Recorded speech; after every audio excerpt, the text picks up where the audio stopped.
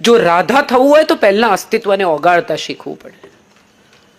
દૂધમાં ખાંડ નાખી દો પછી દૂધ મીઠું લાગે એ પ્રતીતિ છે. તમે ખાંડને દૂધ છૂટા નહીં પાડી શકો. એ પછી મીઠું લાગશે. તમે એવું દ્રઢતાથી કહી શકશો કે ખાંડ છે ક્યાં ખાંડ? બતાવો મને, મારે જોવી છે. જોઈ નહીં શકાય. એ અનુભૂતિ છે, એ પ્રતીતિ છે. રાધાનું અસ્તિત્વ એ પ્રતીતિ છે. તમે હાથમાં પકડીને જોઈ નહીં શકો રાધાને કોઈ દિવસ. એ એક એવું તત્વ છે કે જે અલૌકિક છે, અપાર્થિવ છે. બહુ સુંદર કથા છે શાસ્ત્રીજીના. એમના સાનિધ્યમાં એમની સામે આ કંઈ પણ બોલવું એ પણ મને તો બહુ મારી હેસિયત બહારનું લાગે છે. પણ છતાંય એમણે આમંત્રિત કરી છે અને મારે વાત કરવાની છે. બાકી એમના જ્ઞાન સામે તો મારી કોઈ હેસિયત નથી, મારું કોઈ અસ્તિત્વ નથી. પણ એક બહુ સુંદર કથા છે. કૃષ્ણ ચડ્યા છે છાપરા ઉપર, નળિયા ખસેડ્યા છે, અંદર ઉતરવાની તૈયારીમાં છે કીર્તિદા અને વૃષભાનુના ઘરમાં. અને આવે છે 16-17 વર્ષની રૂપરૂપના અંબાર જેવી છોકરી, લાંબો ચોટલો, મોટી આંખો, ખૂબ દેખાવડી, પાતળી કમર. અને આવીને ઊભી રહે છે કમર પર હાથ મૂકીને કે ઉતર નીચે, મારા ઘરમાં કેમ ઘૂસ્યો છે? અને ત્યારે ઉપરથી ભુવન મોહિની સ્મિત કરીને કૃષ્ણ કહે છે કે જે રાધા છે ને એ તો નીચેથી ઉપર આવે, ધારા છે એ ઉપરથી નીચે ઉતરે. જે ઉપરથી નીચે ઉતરે એ ધારા, નીચેથી ઉપર જાય એ રાધા. જેણે આ સંસારને છોડી દીધો છે, જેણે ઉર્ધ્વ તરફ ગતિ કરવાની શરૂ કરી છે, જે ઉપર જ જોઈ શકે છે, જે નીચે જોઈ જ નથી શકતી, એ રાધા છે. એક એવું અસ્તિત્વ અભિન્ન કે જેને તમે છૂટું પાડીને જોઈ જ શકો નહીં. રસ શેનો છે એવું કોઈ પૂછે તો મારી પાસે 5 જવાબ છે.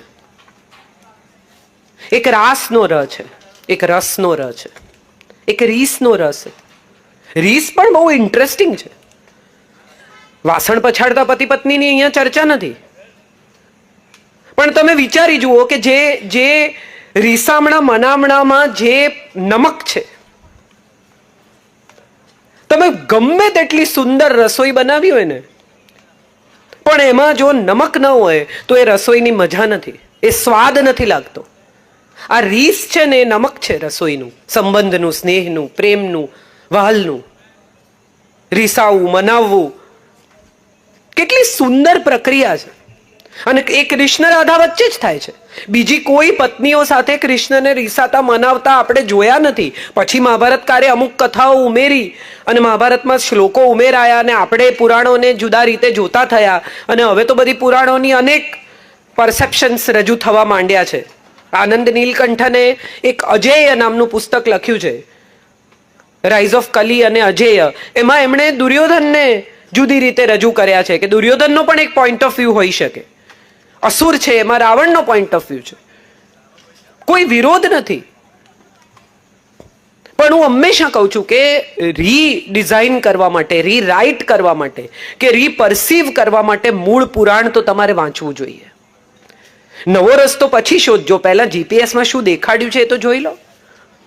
સો મને હંમેશા એવું લાગ્યું છે કે આ રાધાની જે કથાઓ છે, શ્રીમદ ભાગવતમાં રાધાજીને સાવ જુદી રીતે પણ રજૂ કર્યા છે. નારી કુંજરની કથા કેટલી અદ્ભુત છે.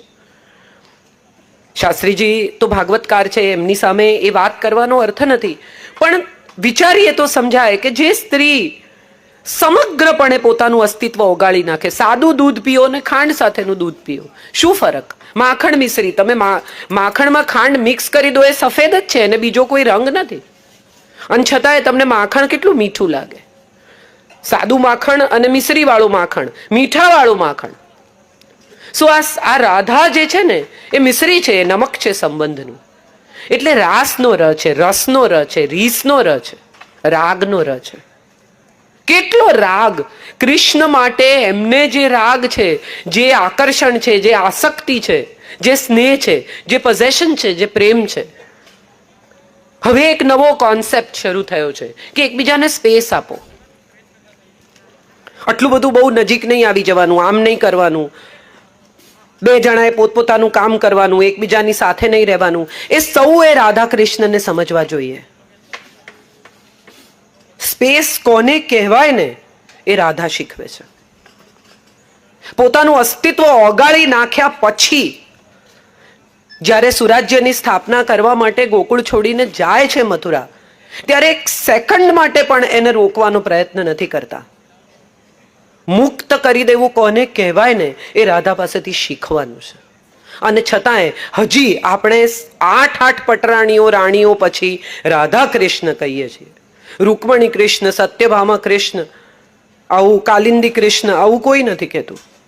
રાધા કૃષ્ણ કહીએ છીએ. અને આ દેશનું ઇમેન્સિપેશન જુઓ, આપણે બધા કેટલા નાના મગજના થતા ગયા સમય સાથે, કે આપણે એક સ્ત્રી પુરુષના સંબંધને પવિત્ર રીતે, સારી રીતે, પ્રેમથી, જુદી રીતે જોતા ધીરે ધીરે ધીરે ધીરે ભૂલી ગયા.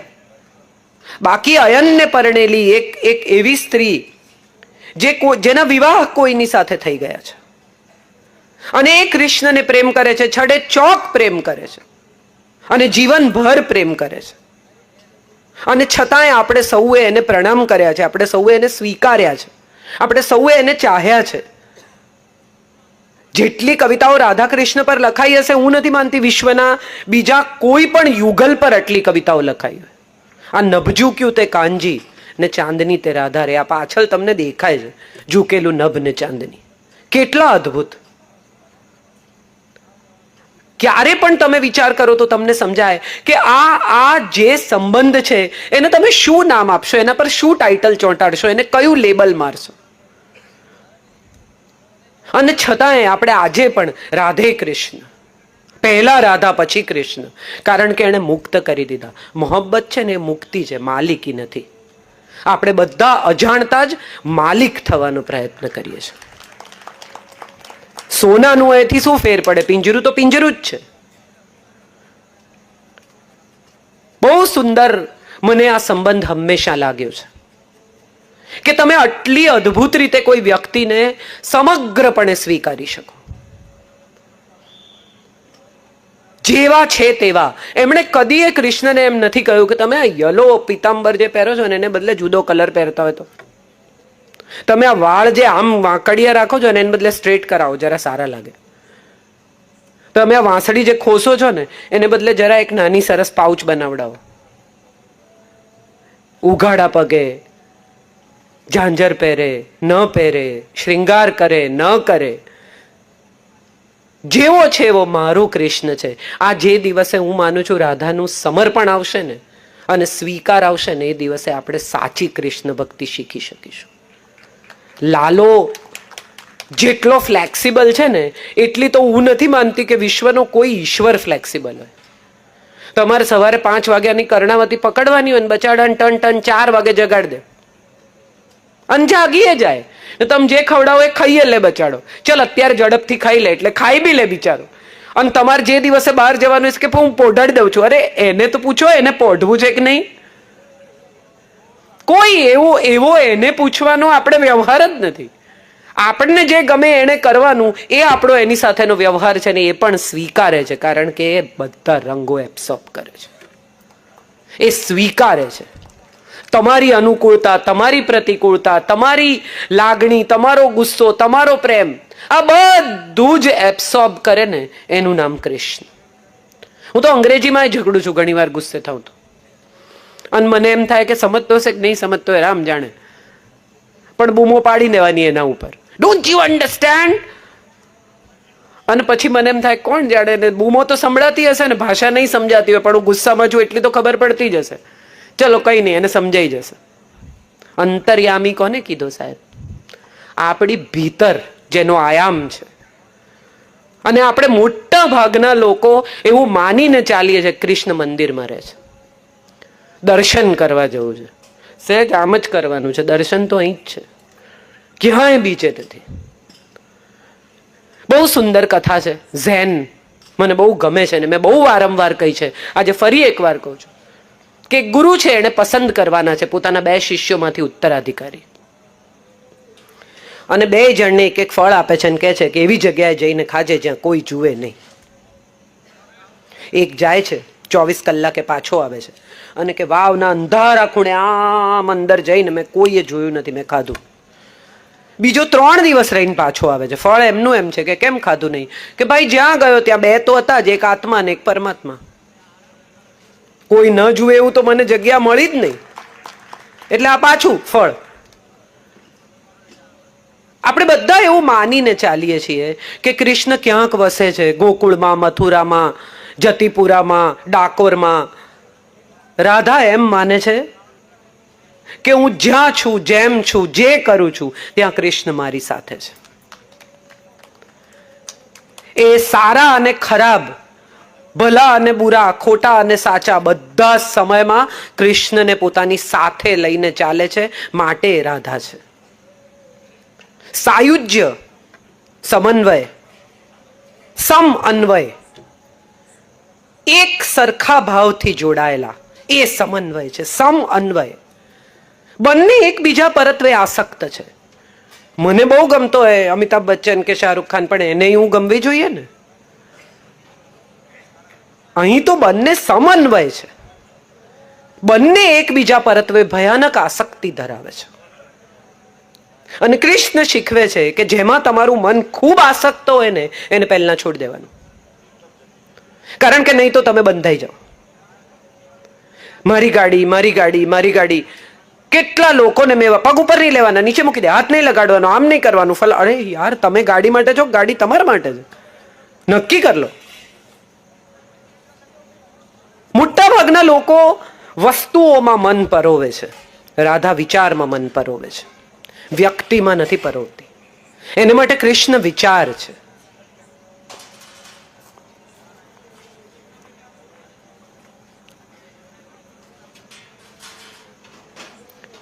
એના માટે કૃષ્ણ વિચાર છે, વ્યક્તિ નથી, સ્વરૂપ નથી, સ્નેહ છે.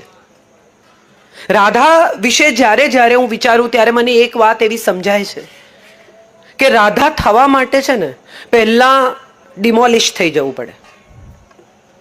નવું તમારે કોઈ મકાન બાંધવું હોય ને, તો પહેલા તમારે ડેબ્રિસ ખસેડી નાખવી પડે, એ જગ્યાને સાફ કરી નાખવી પડે, પછી પાયા ખોદવા પડે. અને પાયા ખોદ્યા પછી તમે લેવલ પર આવો જમીનના, અને પછી મકાન બંધાવવાનું શરૂ થાય. રાધા એ છે કે જેણે સ્વયંને ડિમોલિશ કરી નાખી છે, ખાડા ખોદી નાખ્યા છે, કૃષ્ણને પોતાના પાયામાં પૂરી દીધા છે, અને પછી મકાન ચણવાનું ભૂલી ગઈ છે. હવે એ સમથળ જમીન ઉપર પાયામાં કૃષ્ણ દટાયેલા છે, એની ભીતર કૃષ્ણ સમાયેલા છે. હવે એને ઉપર કંઈ જોઈતું જ નથી. હવે એને એ પૃથ્વી તત્વ સાથે એવી એક થઈ ગઈ છે કે એને હવે કૃષ્ણમાં કંઈ જોઈતું નથી. જા તારે જ્યાં જવું હોય ત્યાં, તું તો મારી પાસે જ છે. આપણે મોટા ભાગના લોકો ફિઝિકલ પ્રેઝન્સને વ્યક્તિ સાથેનો સંબંધ માનીએ છીએ. મને હંમેશા એવું લાગે છે કે વ્યક્તિ નહીં, વિચાર સાથે સંબંધ છે. તમને કોઈક શું કામ ગમે છે? હું તમને લોજિક આપું. મને કોઈ માણસ બહુ ગમે છે. કેમ ગમે છે? કારણ કે એની પાસે કરવાની વાત છે, કારણ કે મારી વાત સમજે છે, કારણ કે એની સાથે મારો સંવાદ થઈ શકે છે, કારણ કે એ મને જે રીતે સ્પર્શે છે એ મને ગમે છે, અથવા એ મારી સામે જે રીતે જુએ છે એ મને ગમે છે, અથવા એ મારી સાથે જે રીતે સાયલન્ટ રહી શકે છે એ મને ગમે છે. તો આ બધું તો વ્યક્તિત્વ નથી, આ વિચાર છે. કોઈનો સ્પર્શ એ તમારી ભીતર જાગતા સંવેદનો છે. એ જ સ્પર્શ બીજું કોઈ કરે તો કેમ? હાથ તો એ જ છે, ચામડી એ જ છે, માણસની જ છે. તો એ જ સ્પર્શ બીજી કોઈ વ્યક્તિનો કેમ નથી તમને અનુભવાતો? કોઈ એક જ વ્યક્તિ આખી બસમાં તમને કેમ ગમે છે? રોજ તમે અપડાઉન કરતા હો ત્યારે એકની જ સાથે કેમ પ્રેમ થઈ જાય છે? કોલેજમાં તો આટલા હજારો છોકરાઓ કે છોકરીઓ હોય છે, 25 છોકરીઓ જોઈ નાખે ને ના પાડે કે નથી યાર મને મેળ પડતો. અને એક છોકરી એવી મળે કે પછી એને એમ થાય કે આ નહીં પરણે તો લોચો થશે. સિગરેટ પીઓ છો કે ના, નથી પીતો. હવે એને જે ગમતું એ બધામાં આ પાડો, કારણ કે આ મને જોઈએ છે. પણ આ એટલે કોણ? આ એટલે વ્યક્તિ જો ગમી ગઈ હોય તો વ્યક્તિ તો આવી નહીં રહે.